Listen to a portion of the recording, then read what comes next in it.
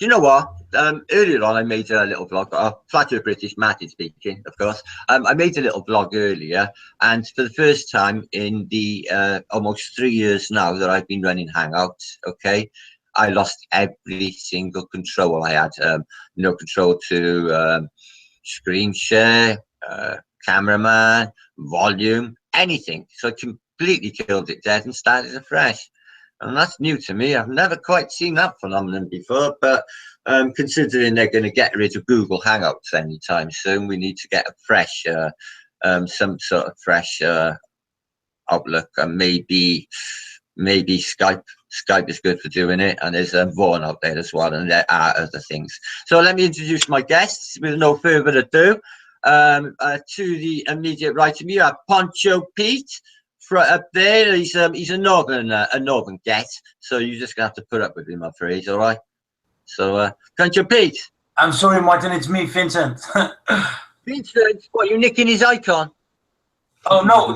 Oh shit! I'm logged in as free. Oh, sorry. I log in as. Yeah, I call you Pete then. Anyway, Vinny, my brother, good to see you. Yeah, good to see you too. Yeah, no, I haven't seen you in hours. And next is Nathan Oakley. He needs no introduction. He's known to probably 1/3 of the Earth's surface. There he is, Nathan. Hiya. Known to 1 million people. 1 million. I know. I'm waiting to get to there. I'm only on nearly 200,000, but I'm gonna get there, Nathan. And without any introductions, look who's on the end. Chris Wrok, who rocks. Chris Wrok from. It's good to see you, Chris. I was listening to your show the other night, but I fell asleep towards the end. So I was really gutted because it was a really good show. Yeah, so I apologize about that. That's when we picked on you. Yeah. Yeah, it was late. It was like 6 o'clock, and I couldn't stay awake any longer. But I don't like to miss your shows. I usually listen to them the following morning. So we've lost one guest who was just with us just now, who was Left Hand Path. He's a British fella. I'm sure he'll rejoin us any time shortly. In fact, as quick as that. I was up shortly. Sorry about that. My internet cut off. Yeah, no worries whatsoever. I had terrible trouble with it last night for no apparent reason. No, it's the same. I turned everything on at empty caches. I left my router off for 15 minutes. Nada. Yeah, everything went to hell. It might go off again because I think it's probably the snow that we've been having. So you got snow? We've got snow, not very much, but we had quite a bit this morning. But, nada. It is as pure as a summer meadow here. No. Well, not quite anyway. Vincent, what's happening with Free Chat, my friends? Are we still up and running? Is music going to be allowed? Because I've just gone and bought a bass guitar to jam with you folks, so I can have jam with Issa Mahal and have the dulcet tones of Ziki in the background in my dreams. Yes, everybody is welcome. Yeah. PonchoPete is Free Chat is gone. I'm not sure if Free Chat is gonna be back. Is going to be back. I'm not sure. I don't know. I don't have. Right. I don't have contact. Right. Well, I'm sorry, but I haven't been watching since Free Chat. I've watched 1 or 2 PonchoPete shows, and all I'm finding is just the old shouty thing again, and I'm not doing that. So I've been watching for that. You know, Free Chat light was light. Free Chat PonchoPete strong is strong. So I haven't really been listening. 2 shows. That's it. I for minutes at a time. Anyway, my next. Well, Martin, to be honest, I think it's gonna change. Everything. Well, it's going to have to because it's losing a bit. But it's good peeps like you know, Ziki and Martin D and other peeps. They stayed away the last couple of days until today, and that's why I was going to pop in. But yeah, a lot of good peeps have gone away. Yeah. Yeah. It's gonna be a good saying, from an extra sensitive standpoint, I can tell you this is what's happening. But they will come back. It needs to lighten up. Is all of this screamy, shouty behaviour. We got to get rid of it, guys. It's got to get out of the epi, and it will. My next guest, Nathan Oakley. I'm very much. You've done it, mate. You're done with your introductions. I think. Yeah, you're good. Yeah. No, but I wanted to mention last night you had a really cracking show with Kylie Sunshine, God love her, yeah? Yeah, Kylie was good. I had Arwen on immediately afterwards, so I had like a fuzzy camera, and so I left all the stuff set up, and he said, "Oh, do you fancy doing a show sometime?" And I was like, "Yeah, now." Immediately. Yeah. So you and I wanted to send you an email, Skype, but I didn't want your Skype going off saying, Nathan, your picture is really fuzzy. No, I know you got new lights, and I didn't want you to go, oh, freak out in the middle of a live thing, and that be my cause. Like, so I thought, well, I'll wait a bit just to see if it clears up, but it never. And her image of probably a phone was was pristine 1080. So I was like, oh, do I tell him? Do I not? But it wasn't that bad, Nathan. It was still a good show, regardless. Yeah, it didn't matter in the end. It didn't matter. And like I say, as a byproduct of that, I managed to have another guest on the following morning, which was wonderful. Oh, well, did you? Well, that's cool anyway. So that worked out for good. Anyway, I'm glad about that.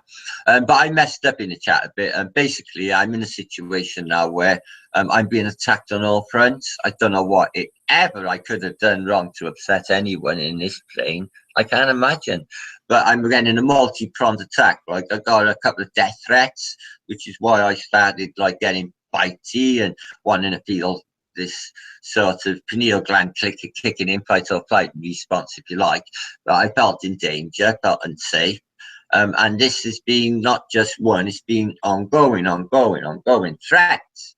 The source, I can't imagine, but I have sneaky sources, and I keep thinking it's something to do with Tim, but obviously not. So it's been left me off. They noticed this because they noticed I've been unwell. So because I've been unwell, they came in really hard. But now I'm back. Fighting fit. So all of those people who thought I missed the trick, I never. Okay. Kylie Sunshine. Oh, Martin, she's at lunch break. God, love her. I love to have Kylie along. She brings a certain je ne sais quoi, don't you think? And I love her 1920s hat she wears with the thing on the front. Quite dig that era. Anyway. My next guest here is Left Hand Path. He's a guy with great vision. He shocks me endlessly with things that he knows. He basically, I showed some Masonic checkerboards this week on a video I did trying to pick them apart. It was to do with Jed's stupid post about the existence or the non-existence of Ragu. But I showed on a checkerboard that there was 3 pillars. One of them showed a sun, one of them showed a crescent moon, and the third pillar showed another luminary, another body, which I thought maybe because it was Masonic might give us a sneaky suspicion to what's going on. They like to give us, things in plain sight, do they not? But this gentleman here had full. Basically, he knew exactly what was going on. Could you explain to me, please? Because this is all news to me. Right. Well, yeah. Thanks a lot. It was those 2 pillars are called Jachin and Boaz in Freemasonry. Oh, Jachin, as in like Jachin in Phoenix. Jachin. Jachin, Jachin, and Boaz, Boaz. And they represent that you got the sun on one and the moon on the other, representing a kind of duality, the light and the dark. So they'll notice that there's also a 3rd pillar shown in the Jachin and Boaz imagery, which is neither the sun nor the moon, and it's often grey, where one of them may be black and one of them may be white, but the middle pillar is always grey, which represents the union of the 2 pillars together.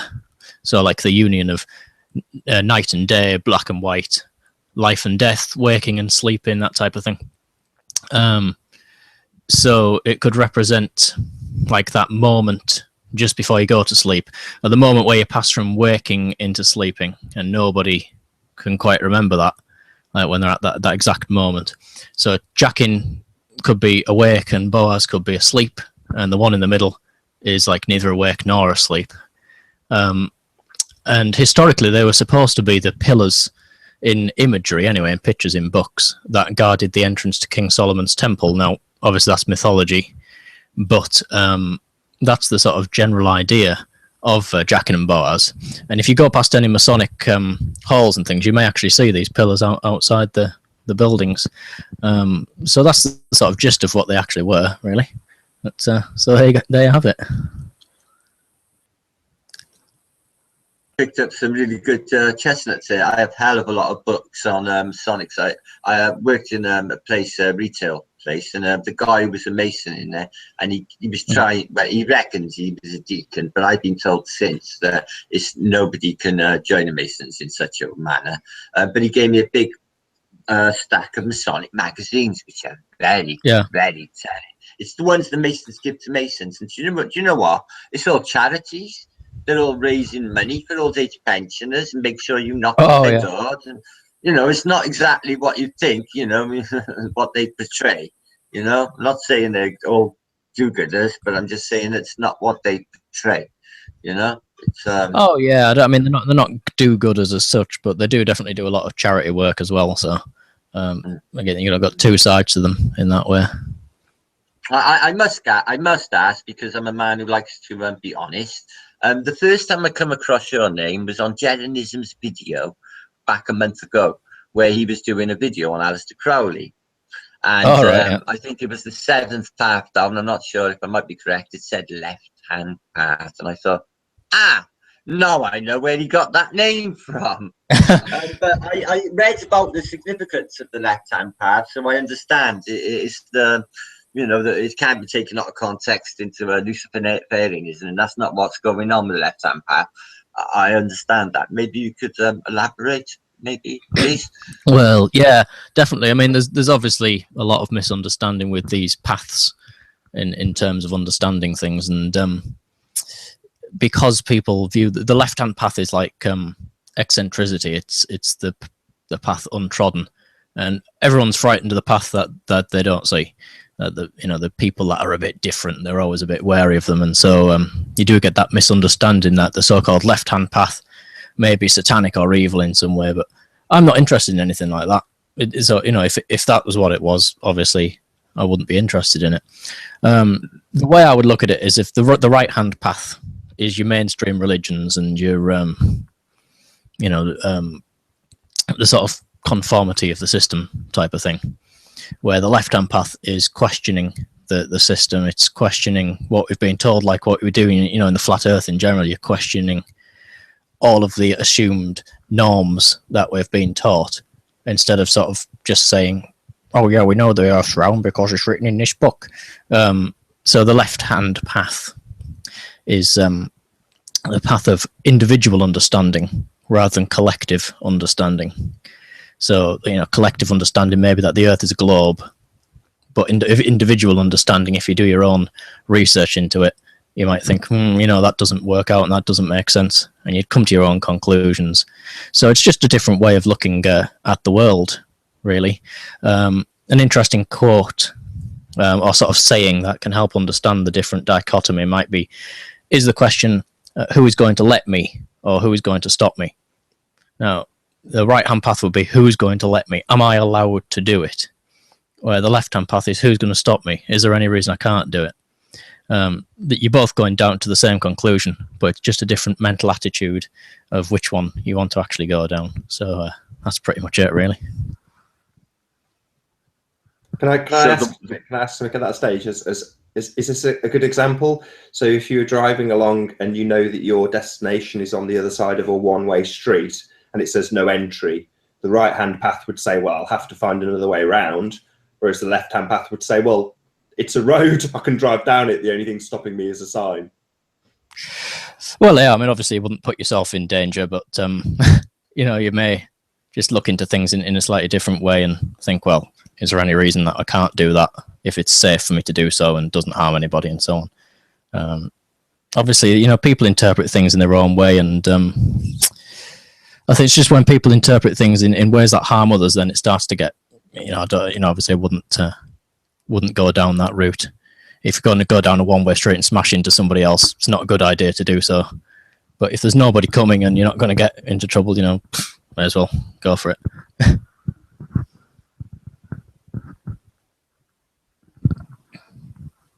And everything's frozen on my screen. Hang on. Mr. Lewis, No. can I ask another question? Because you highlighted something in your introduction that I thought was quite fascinating, which was about the moment between sleep and wakefulness. And it gets referenced in movies and in songs quite frequently. I'm going to try and quote something from it. It was like a Goa techno song, but I don't know where they lifted the sample from. They said something along the lines of, there's a moment when you're waking as you become aware of the world around you, and you may think you can fly, but you better not try, or something along those lines. And it's referenced in the Matrix. But I just wondered why you brought it up in reference to the pillars in Freemasonry. I didn't quite get that. Oh well, it's just the union of the three pillars. So that moment where you wake up and you may think that you can fly, but you can't. Is you kind of still half asleep and half awake. So it's like a union between being awake and being asleep. In psychology, that would be a hypnagogic trance state, I think they call that. But it's kind of interesting that when you go to sleep, you can never remember the exact moment that you actually fall to sleep. Like when was I awake and when was I asleep? The exact moment. We never quite can remember that. And I'm not saying that it's anything metaphysical or anything like that, but it's just a interesting little concept with the union of two different things, awake and asleep. So that's why I brought it up, really. Cool, thanks. May I ask a question, left-hand path? The duality of the checkerboard and many other connotations in Masonic symbology, what exactly do they mean? I know what I mean by duality, or we know what we mean duality, but what do they mean by duality? Well, for the Masons themselves, your guess is as good as mine. I mean, I don't actually know. A lot of duality-based imagery on these things is taken from very old images of like as above, so below, which basically means the microcosm man is as the microcosm of the universe.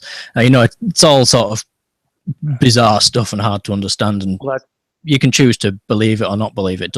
Doesn't make any difference, but that's where a lot of that's taken from, which is like an early. There King Solomon's King Solomon's temple was supposed to be a representation of heaven on earth, basically, and these two pillars were part of that. And the Masonic system likes to take everything that was godly and make it their own. So Jachin and Boaz are, as I pronounce them, are the two pillars in front of Solomon's temple. Jachin means Yah establishes, or God establishes, and it probably means King Solomon himself. And Boaz means strength, and that probably is a representation of King David. And these are the two probably most famous kings in the Bible. So I just wanted to bring it back. I believe that story is correct. I don't think it's mythology. I know you said you believe it is, but oh no, well, I mean, obviously people can interpret it their own way. I mean, it's definitely interesting that Solomon itself means the word sol coming from the word sun, which obviously means other things in terms of like the earlier imagery of the inner sun, which could mean like the soul or the light of the life force of man in some way. But I'm not particularly well read on the Temple of Solomon itself, so yeah, there's supposed to be a giant cantilever system that could literally hide their holy of holies, their central area that was, not only that, Chris, the Table of the Mount in Jerusalem. Apparently, these pillars will go up and down, right? Yeah. In the Bible, there are different heights at certain times. They've been lowered and raised. So it's an actual counterlever system that buried something deep underground, so the enemy couldn't get it. That's the actual physical tool of it, anyway. But go ahead, Martin. Sorry. No, that's all I read, but pretty much the same elaborate thing. But the Table of the Mount, on top of where the stone is, where apparently the ascension happened, is a giant stone. My father told me about it, and I got a postcard of it. And it's a giant cylindrical stone. Now, apparently, in the event of a nuclear attack or a terrorist attack or whatever, there's this sand system, like as you explained, everything empties away, and this stone will fall flat. giving this this artifact or this stone and everything else under there complete protection. Just going back to your question about the checkerboard floor, My Perspective did a video, and in the introduction he explained that the square, the compass and the checkerboard floor were the perfect tools for studying perspective. Oh, sorry, was that directed at me? Yeah. Directed at anyone. Oh, right. Let's just go what he was talking. Well, yeah, I suppose you can study perspective with them. I mean, if the Masonic temples with the checkerboard floors are certainly done in a way where there is an element of perspective in it. If you're standing at one end and you've got the pillars and you've got the pot of innocence and all that at the other end, it sort of has a perspective going down it. But the square and the compass imagery could represent geometry. If you were looking at it on a really basic level, I would say it represents geometry, which could either mean stonemasonry, physically building, or the apparent geometry of the world that we live in, such as how plants would, photosynthesis and things like that, and the way in which the world is compiled. Like, I'm not saying like sacred geometry type of thing, is words that are bandied around, but it could represent the apparent creation of the world and how it goes together, which is like the G in the middle of that Masonic thing, a little G, which people say it represents God. It can also represent geometry, and the great architect is what Masons call God. But it can also represent gnosis, Gnosis, which is, again, that whole idea of the third pillar in the middle and all that, what we were talking about before. So what they really represent is so difficult for anybody to say, because there's so many different interpretations based on sort of what worldview the person coming into it, how they want to interpret it. So it can mean a great many different things at the same, and could also even mean nothing at all, depending on how the person wants to look at it. Yeah, I think one of the guests on PonchoPete Chan Strong, his name, I only know him as James, but he was talking about sacred geometry and obviously the Fibonacci sequence. And then he went on to talk about a different sequence, which was more applicable. I wish I could remember the name of it. I'll have to go back and check. But I'd love to chat to that guy, because he was a fascinating character, talking about things like sacred geometry. It's an interesting subject. Oh, it definitely is. Yeah, I mean there is another Fibonacci. I think it might be the word that you're looking for, and I can't remember it now off the top of my head. It begins with an S, I think. Not the golden ratio. Obviously, that is a Fibonacci. That's Fibonacci. Yeah. Both when there's phi and psi. No. It'll come to us. Don't worry. Yeah, it will. When we stop thinking about it. Yeah, it'll just Fibonacci thing. Like, I mean, I was reading about that in books I was reading. I picked up these books, and I'm not sure what to make of them, to be honest, because I've just started reading them. They're a bit hit and miss, but I'd heard about these books built on a book called Who Built the Moon, which David Icke talks about all the time in his books. He's always gone about this Who Built the Moon thing. So I picked up a number of books written by the same people who wrote that, just to see what it was actually all about. And I'm not convinced about some of the stuff they're talking about, but they do mention the Fibonacci sequence in there when discussing ancient sites and so on, and their own research into it. But I don't know what their conclusions are going to be, so I'm not going to say that I agree with them or disagree with them, because Who Built the Moon's a bit I don't really know what to make of that, to be honest. Did they give any credence to Michika, the Zulu shaman who David Icke is closely associated with, Kuchu Matu? He says that his people, they are a linguistic language. They have no written language, so it's handed down through, as many indigenous peoples are. And his people say there was a time without the moon. So yeah. Well, I'm not sure really what their conclusions are, because I've not read them fully, so I'm going to have to come back to that at a later time to pass comment on that. Really, Martin, I'm gonna have to go, but I got to go pick up my children. I'm sorry, but thanks for having me on. I just did want to say really quickly. Pleasure. Yeah, the name Solomon that's Englishized. You know what I mean? I know you were just speaking on that earlier. Some people in chat were talking. Well, I yeah, just it's captured on Solomon. Shalomo is how it would be kind of pronounced. Okay. And it's from. It means peaceful. That's all it means. It doesn't mean sun. It doesn't mean sun or anything like that. So. Was he a magician? Was he a magician?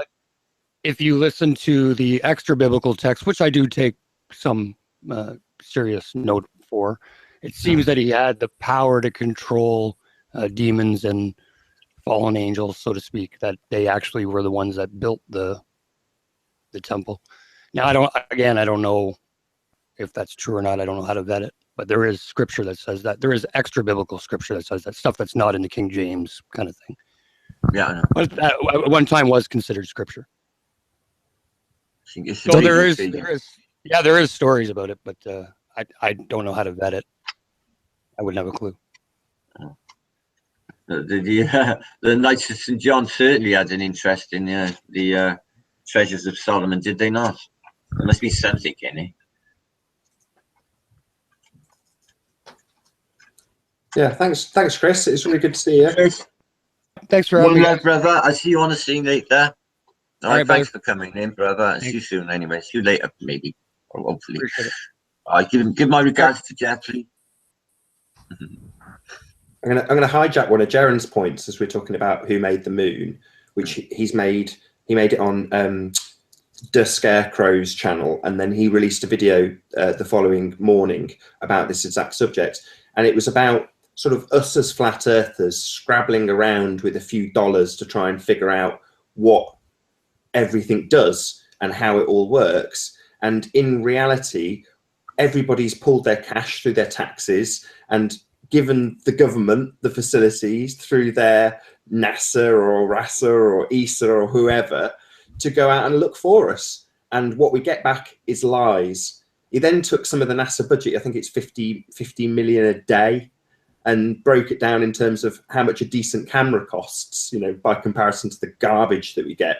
And I say this with a smile, but it is an absolute outrage, the fact that we are paying to be lied to, and we could have the answers to who made the moon tomorrow. There may be somebody sat behind a desk somewhere that has this answer and is just chuckling to himself or herself. Oh, yeah.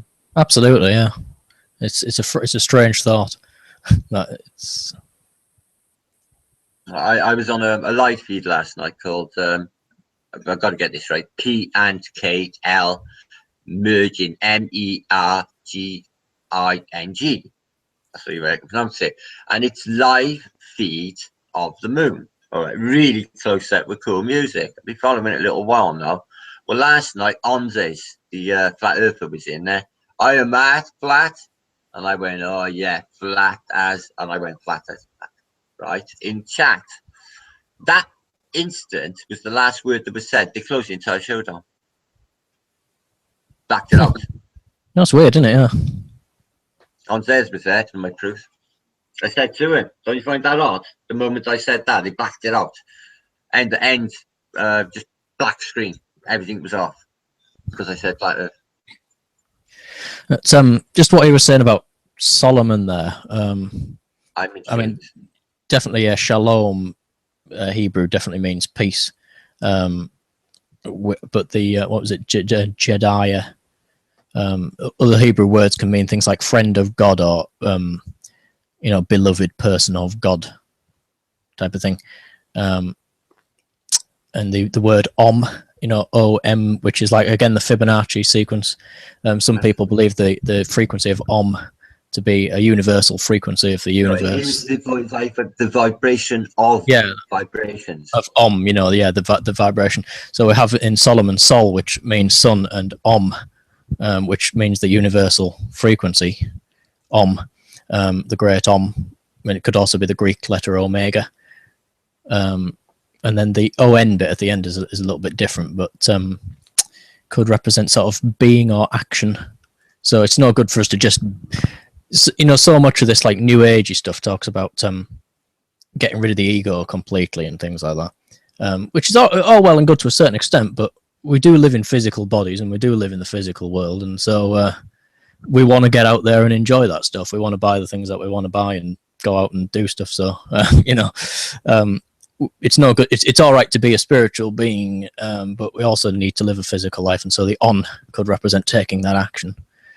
So certainly I think he's right that the word is romanized, but as for what sol, and on mean when put together, could probably end up meaning the same type of thing, the same general idea. What do you mean of the onk? Onk.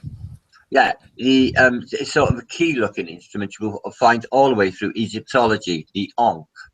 Oh, right, yeah. What do you think the representation? Now, I've heard of it as a representation of the flat plane, as in the flat bit is the plane, and the circular bit is the dome over above. And I've actually got pictures of it, but I just don't know what to make. I don't think they do know the real connotations of it, but I would love to know what the onk meant. Also, it means to the afterlife. Yeah. See them pictures there? Them holes? They were last opened in 1996, and they are under the Sphinx.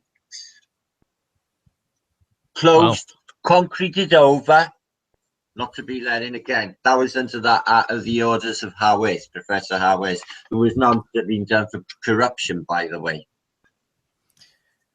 Yeah, well, I mean, I've probably seen things like that when I was a kid, because I used to be major into these Egyptology books, and obviously didn't know what any of it meant until later on. But the Ankh symbol, off the top of my head, it's a bit difficult to say. But I've certainly not heard about it as the flat plane before. It's really interesting. Think about it. Yeah. The bottom part of it without the circle is like the letter T. Which could represent like the lower Tau, the Tau symbol, or the Tao, which usually represents the masculine and feminine energy, or which, whenever you see this masculine and feminine energy stuff, it basically means creation. In terms of, if we want to have a baby, we're going to need a masculine and feminine energy put together to do that. It's basic biology. The loop at the top, could represent the sun, I suppose. If the whole thing could represent a person, then the loop at the top could represent like the inner sun, the awakening, the sort of enlightenment, like I think it's all open for interpretation, my friend. Definitely. I do not buy the Rosetta Stone. I seen that I researched it, and there was a big scam and a payoff going at the time. Napoleon soldiers.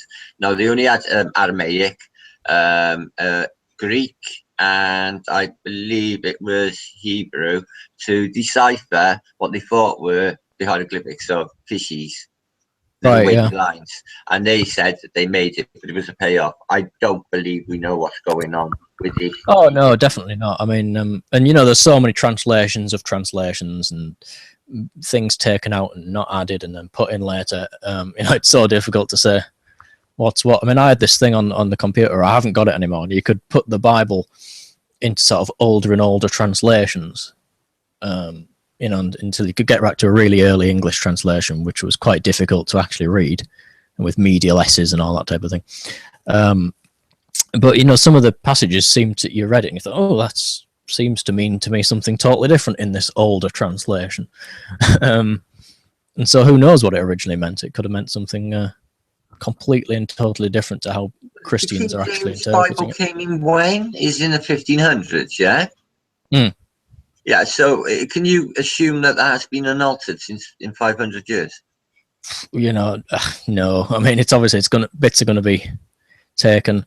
I mean, I can't remember the exact thing what struck me when I was doing this, but it was really early in the actual Genesis thing, and it was about in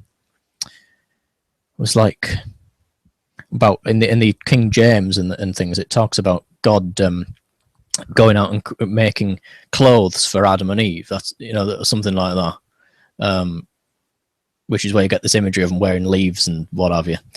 In the early translation, it talked about them being acquired coats of skin. and that was the exact word that I used, coats of skin, which could represent like our actual physical bodies. I mean, what are we dressed in but coats of skin? Clothes on top of us are changed based on fashion, but we all have these coats of skin, which seems to represent that they were there at least in thought forms before they had these coats of skin. But of course, if you said that to a lot of people that were reading it, they'd be like, "Oh no." But you know, I think that's what's so interesting about this type of stuff, in that two people can have a completely different idea, and we can't both be right, but we might not both be wrong either. It's you know, that's the fascinating thing about it.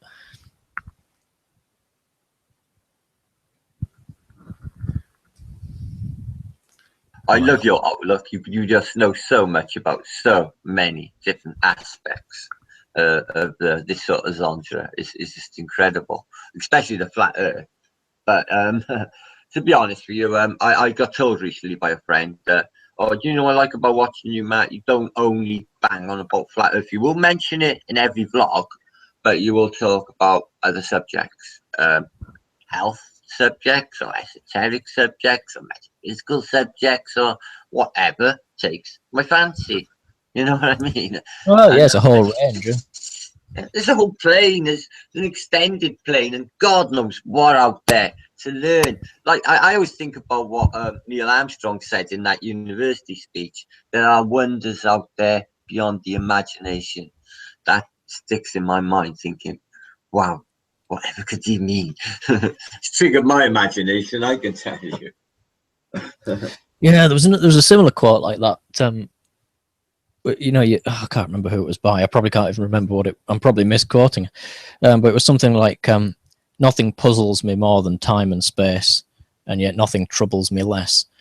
And it was really interesting. And you know, we've got all these troubles in the world, and people pulling each other's hair out. And then you know, when you look into you just look into the sky and think, you know, what is the true nature of the world that we live in? It's perhaps not troubling because it's so beyond us. It's so grand in scale that it's taken away from the petty cares of like human society.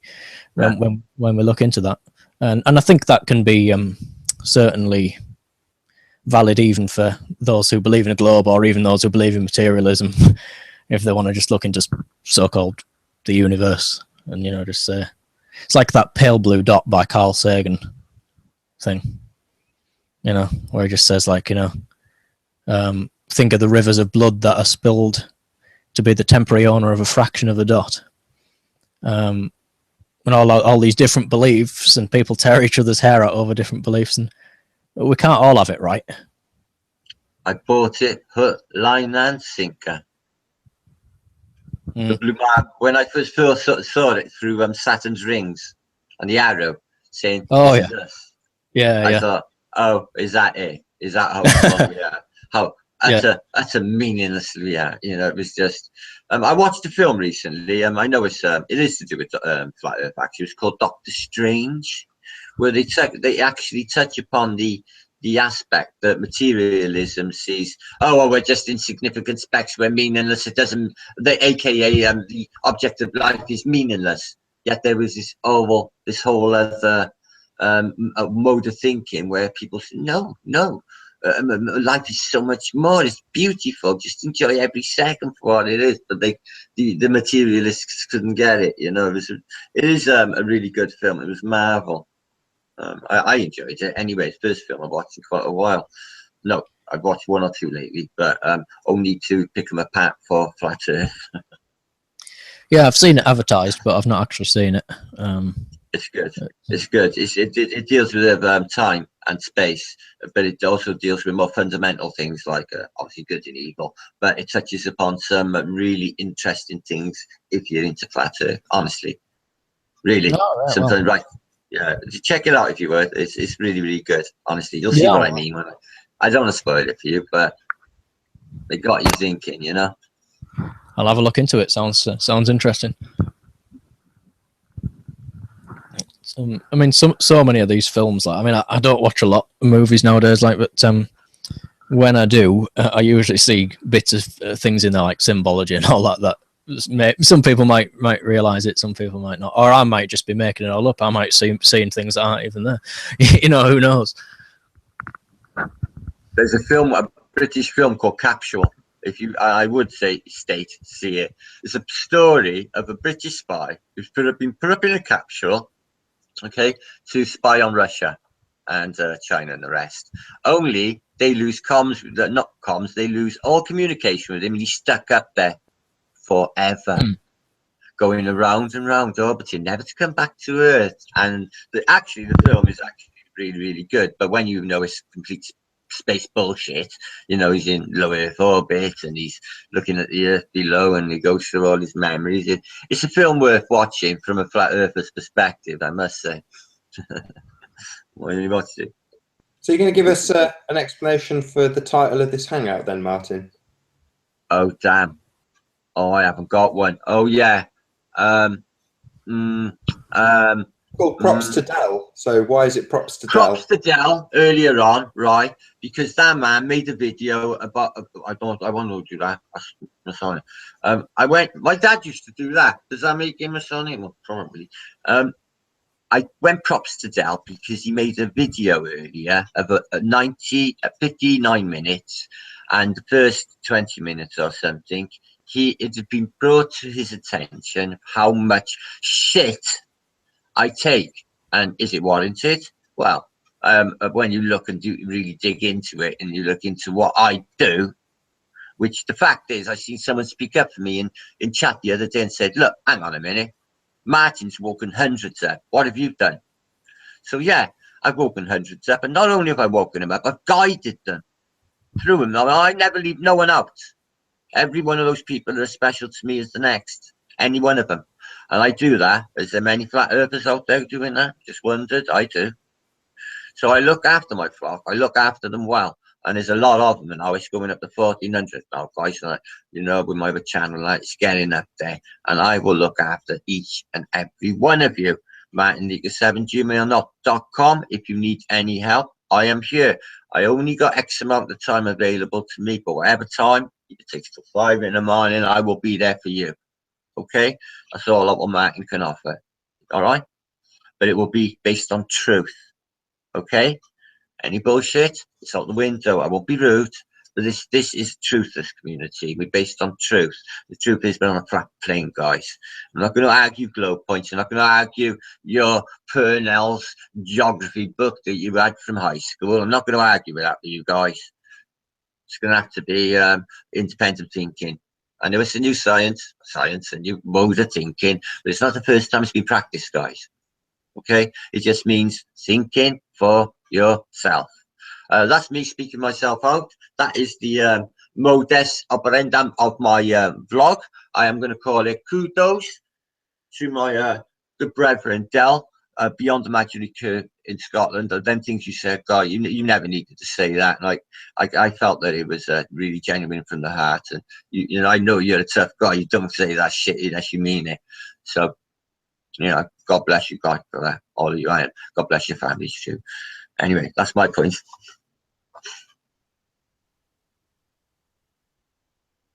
Vincent, my brethren, my blood. I'm sorry, I'm having problems with the damn. I'm having problems with the Hangouts. Is it? Can you hear me?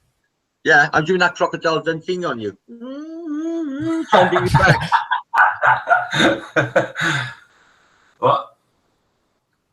One moment, Martin.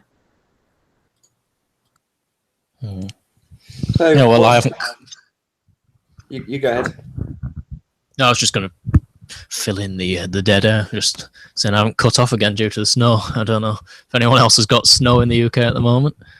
No, not a smidgen, but any dead air, please feel free to fill it in. I'm not at my best. That's why I had you with my friend. Not, no, I wouldn't have anyway. You know I invite you anytime, my brother.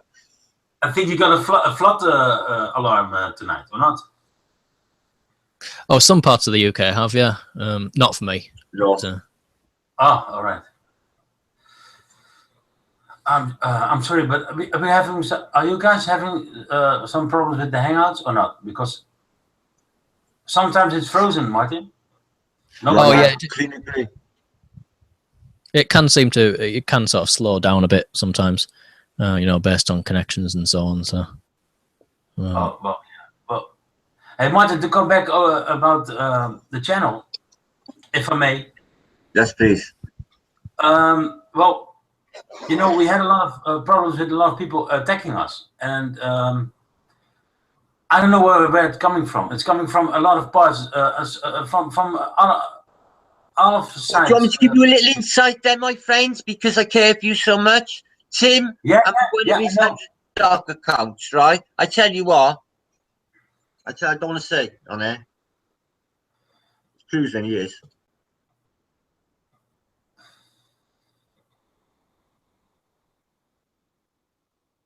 Martin, you're muted. I think he's muted. So oh, if that's the problem that you're having, I think it, No, I'm here. yeah, I think it can. The photograph of the moon a second. Just don't want to be so rude, that's all. I can't miss this. It is extraordinary. All right, well, okay. I wanted to say the channel is not about screaming and shouting anymore. I changed the name. I had to change the name, and that's all I got to say about it. I gave a shout out to David Quintana and everything who built this channel. Okay. And this is not a commercial or promoting the channel. I don't care. You know, I want you to. I want to know because basically I thought a vet fucked it off. And I don't see Heaty and all the good guys. So I thought, well, they will still keep on coming. They told me they have their own Flat Earth channel on this moment, and they're playing and they're testing and they're playing guitars and they're playing everything and I got my bass ready and rehearsing and all those stuff. And so, but they will come back, and sometimes they are there in the morning but we got so many different time zones, so that's the reason. I think a lot of people are not there in the morning or in the night. It's really busy. So well, it's gonna be fun again. We're working on it because we've had to deal with a lot of trolls, even from our own friends, and what I thought it was friends. So it's gonna be okay, Martin. And you're always welcome. And Nathan, you're welcome. Everybody's welcome. That's all I gotta say. A shout out to Cynthia. Cynthia, she's so sweet. She's helped me with a lot of things, and I must say this. Sorry. It's gonna be all right. And it's not about shouting and keeping people out or whatever. Everybody's welcome, but we need to sort some things out, and it's gonna be okay. I'm busy on the background. It's all right.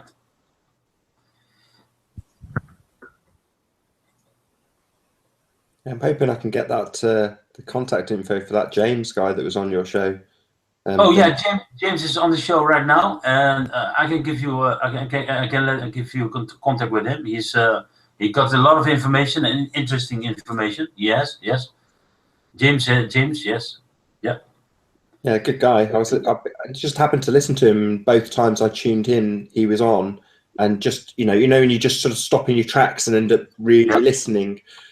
He was just one of those really good character. Don't know much about him, but yeah, fascinating. Yeah, he's really fascinating. He's got a lot of information, and he knows what he's talking about. And it's, yeah. Sometimes I cannot stop. I just mute myself, and I cannot stop listening to him. Yeah. Well, he's got a lot of knowledge. So yeah. Sorry for. I've got make contact with James. I got his contact details, and he knows a lot, don't he? Yeah. And again, Martin, shout out to Del. And you're right, man. Shout out to Del. Listen, what he does, it doesn't, not everyone can do. You know that, but how hard it is to stick your face out there, especially for the extent of what he's doing. And, to try and bring peace and sense into the FB, which he's done, as far as I can see. Yeah. And the haters have hated every fucking second, because the thing is, you can't lie to a good man. Do you want to see my moonshot? Oh, you're frozen for me.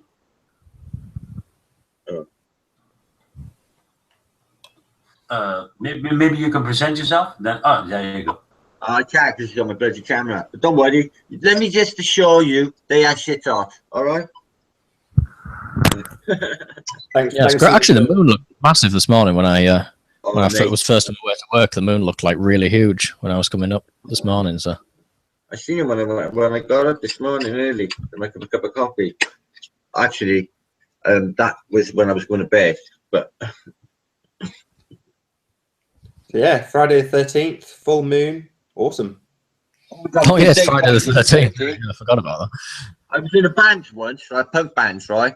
We were called Violent Storm, and on the day of the concert, we were going to go to Spain to a concert, but it was I'm ashamed to say it was a neo-Nazi do, and I did not want to go. So they replaced the bass player with another guy called Lee.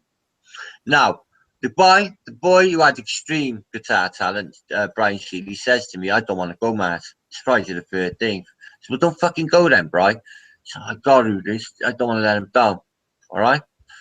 3 hours later, I get the message. They've hit the bollard on the Severn Bridge and they're all dead. Except for my best mate, Billy, who never had his seatbelt on, went through the windscreen, rolled, and ended up with a couple of scratches. Zip. The other three dead. Two of them, Brian and Darren, were brothers. You just imagine the state of the mother, only with two sons, both dead. Unbelievable. Friday the 13th, three of them dead. And so I've always had a little bit of a thing about Friday the 13th. And plus my 13th before last was a shitter. That was the day I got kicked out of my house and ended up, yeah. I must be honest, I'm not sure about the Friday part of it. Yeah, no, it's to do with the Knights Templar and stumbling upon that bullshit, which is, I wouldn't hold in a leaky bucket. Yeah, 13 is used all the time in this in these images, in the esoteric images. I lived in the number 13 for just short of 30 years. 28 years, no, 27 years I lived in number 13. Was it a lucky house? Well, yeah. Nothing tragic happened. We never snapped it off at all. So, yeah, it was all right. Yeah, it was. There's all sorts about 13. Like, the Avalon. So you got, like, the Knights of the Round Table and King Arthur. So there was 12 Knights of the Round Table and King Arthur himself. So there would be 13 people around the table. And if you do a bit of numerology on that, there is other things as well, but I'd have to look them up. Like if you add up certain things, it all comes to 13. With the like Lady of the Lake or King Arthur or something comes to 13. But you'd have to look that up because I don't want to say which one it is and then get it wrong. I love that Arthurian legend. Didn't you see a table of the Round Table, Nathan? Was it Winchester Cathedral? Was it you that seen it and posted it? No, that wasn't me. Somebody else posted it, and it's what's for is the the Wheel of Camelot, the Table of Camelot, and it is old, and it is something to behold. Do you believe? I know it's just a little bit out of context, but not really. That the Bayer Tapestry is a hoax. Yeah, I think it's a hoax. I mean, every so often they resurface with it, and they'll do some carbon dating on it, and then say that the carbon dating was inaccurate because they've got some cells from people who've held it because it was held up. It seems to be a constant merry-go-round of nonsense with the Turin, or how do they say it? The Shroud of Turin. I know. I was talking about the Bayer Tapestry. I've got 2 books on the. How do you say Bayer Tapestry? Sorry, I don't know why I thought Turin Shroud when you said Bayer Tapestry. Because I've been studying it the last couple of weeks, and I've got 2 books on it, and I brought it up a few blogs back. That's why you're thinking you were bang on about the Tudors. They literally that was deliberate. They said take samples, so they took samples from Middle Ages, replacements from a known fire where a load of nuns chucked a few pails of water over it was on fire. So you can see the black patches, the scorch patches, as you can see it when it's laid out. But that's not the phenomenon that bothers me the most about this, right? You can say that it's not Jesus Christ, but even if it's a medieval fake, however, is it so 3-dimensional in negative, photographic negative? Oh, I never had photographs. It's definitely interesting. You know, based on the age of it, and even if it's a medieval fake, it's still got a lot of age to it. It's not. It's not, because the second sample that they took, right? Yeah, they from a deeper part, right? They found spores which were pollen grains, which only existed in Palestine 2,000 years ago.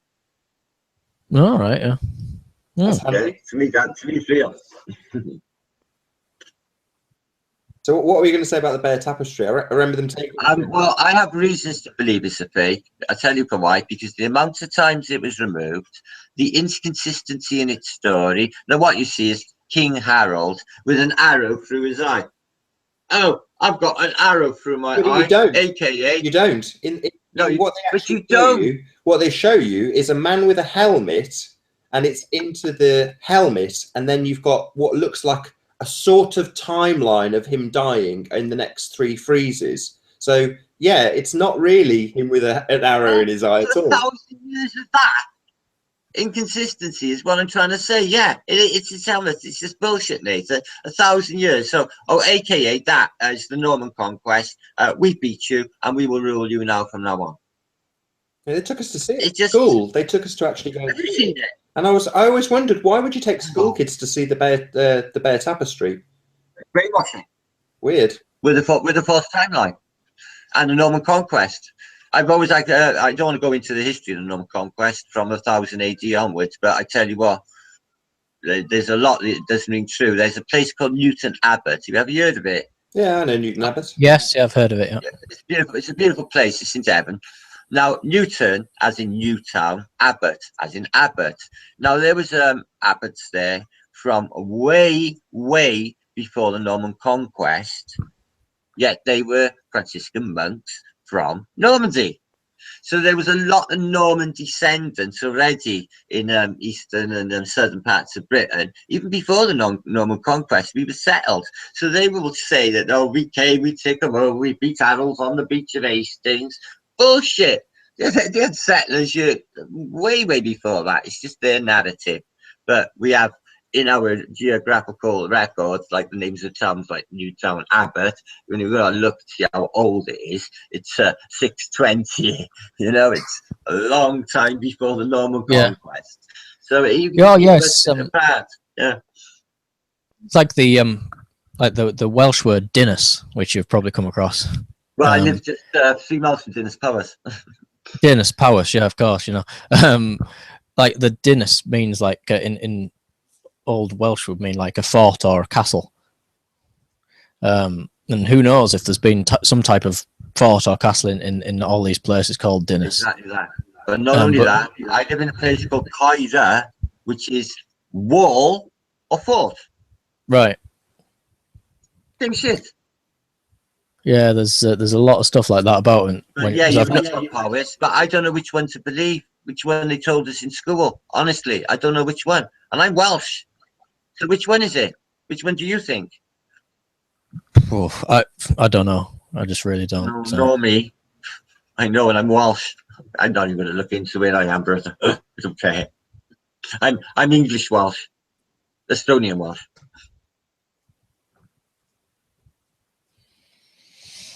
I've never actually been to Dinas Powers, but I've been through it. But it always strikes me as interesting because of the word Dinas and what it means. You know. You were all of 2 minutes then, did it?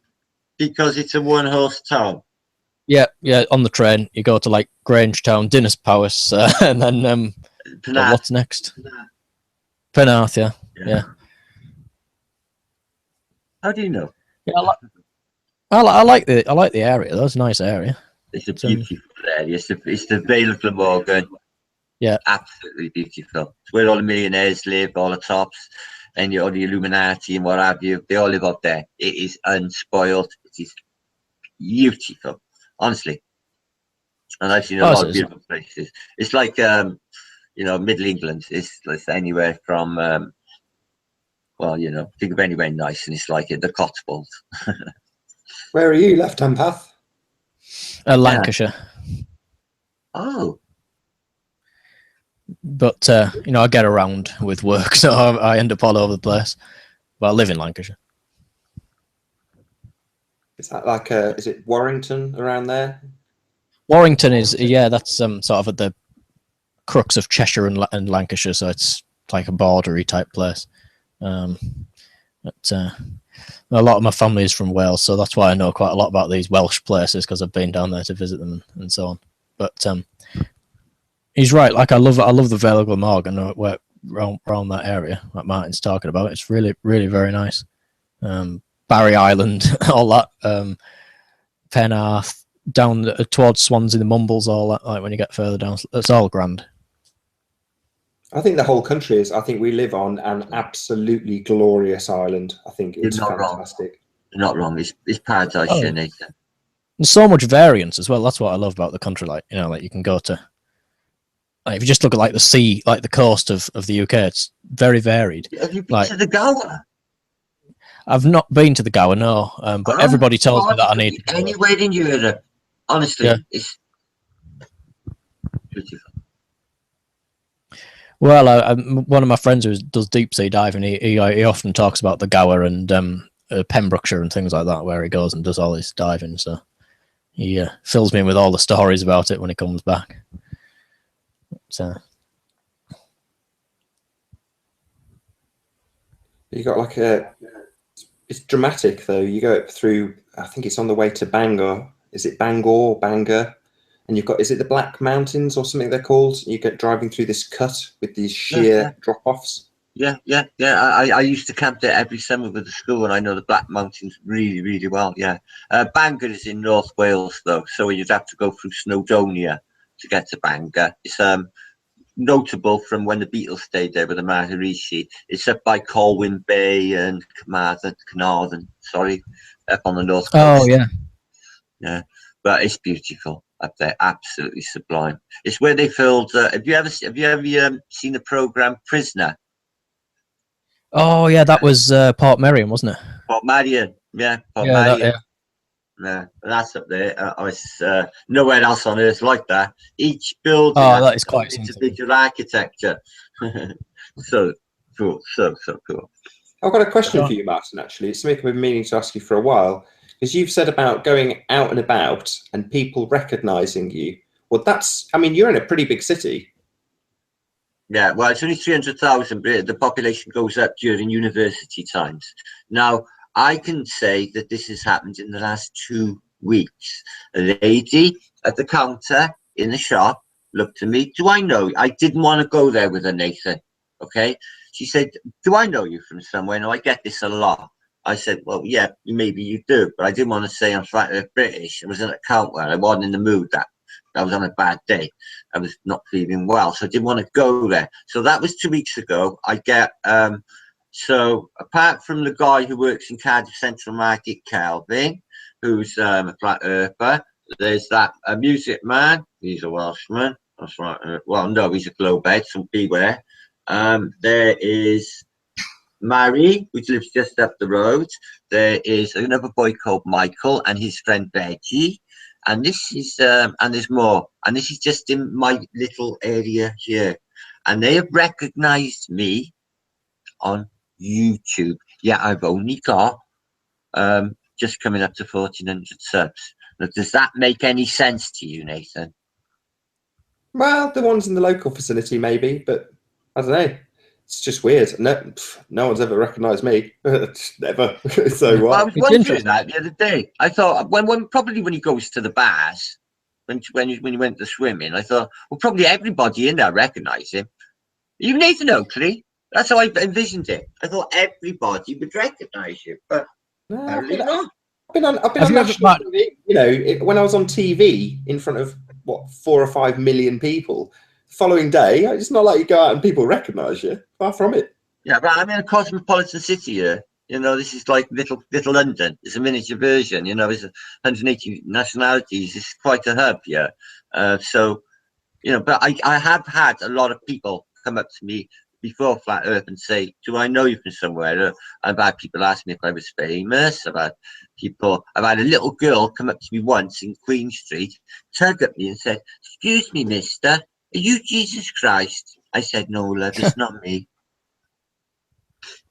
As she was walking away, you went, "Yeah." No, it's really interesting that. I mean, Obviously, I've not shown myself on it, so nobody's going to recognise me. But what was interesting is, you know, that video I did where I went to see the Mappamundi in Hereford. When I was there, I did see the same bloke that was on. You know, like when you went to see it, there was that bloke in there. Sort of did he turn up again? Yeah, he wasn't in there, but I saw him out on the street walking around. So. Sinister. Now that is weird. Yeah.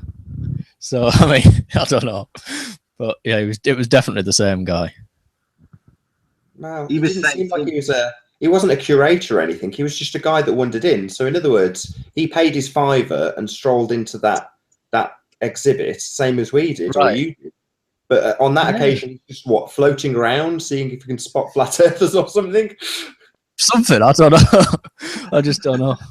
No, that's really sin. I thought the Tim Peake epoxy piece of A4 paper next to one of the most famous maps on Earth, with a really crummy bit of A4 saying Tim Peake recognises the Mappamundi. No, that alarm bell started ringing. It was Tim Peake tweets at Mappamundi. Yeah, that's it. Yeah, it's odd. And I mean that thing's not there. I mean, obviously, when I went, that piece of paper wasn't there. But it was there when you went. Or two. Yeah. Strange. I mean, I sometimes think I recognise people from these flat Earth videos walk around in the street, but you know, you feel like that's probably not the same person. And if I go up to them and say something, they'll be like, you know, think I'm completely bonkers. You're gonna play us out, Martin?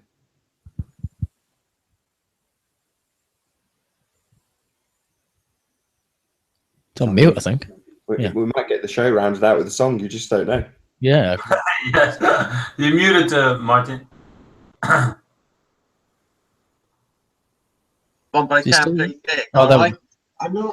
Sorry. If he does play, if you two guys stick yourselves on mute just so you don't get feedback. Yeah, certainly. Yeah, feedback is wicked with this. I really am fun with my feedback. Okay. Right. No, I'll mute myself. I wish I had a wah-wah pedal. I haven't. I like the deeper bass, like a reggae bass. Like that. That's sweet. Right. So all I need now is someone to show me. I reckon it's fake. I reckon your mum's playing off camera. I need somebody to give me a tune-up. I need a decent not G spot. You dirty, filthy man. I'm a little bit G note. Because just before we started, you had Chris Wrok and you just what I call whittling, you know, just fiddling away on the strings. Yeah. It sounded awesome. And I was like, just press record. And you're like, no, got to figure out what we're doing. And now the moment has passed. It's really bad.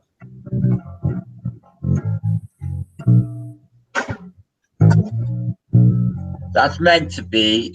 You don't know Stiff Little Fingers, do you? No.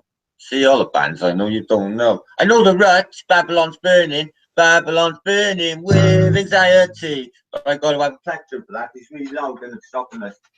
I got a plectrum. I wish I'd learnt to play guitar, you know. I really do. Well, learn it, mate. I'm 50. I'm going to learn to do everything I wanted to do in my life. Now I've opened my mind up and let go of that fucking glow bullshit. Now I've got time to learn a bass. No, that's brilliant. Yeah, that's absolutely the attitude to have, definitely. You just... I don't like that tone of bass. I like deep. I'm going to leave you guys to it, I think, Martin. It's been really nice being here. Thank you very much. I love you and I leave you, my brother. Thank you for Tish. Tell them I love them. And I'll see you soon, right, brother? Will do. Take care. Nice to meet you. If you could pass me on that James's guy's contact info, I'd be really grateful. Yeah, I will. See you later, Nathan.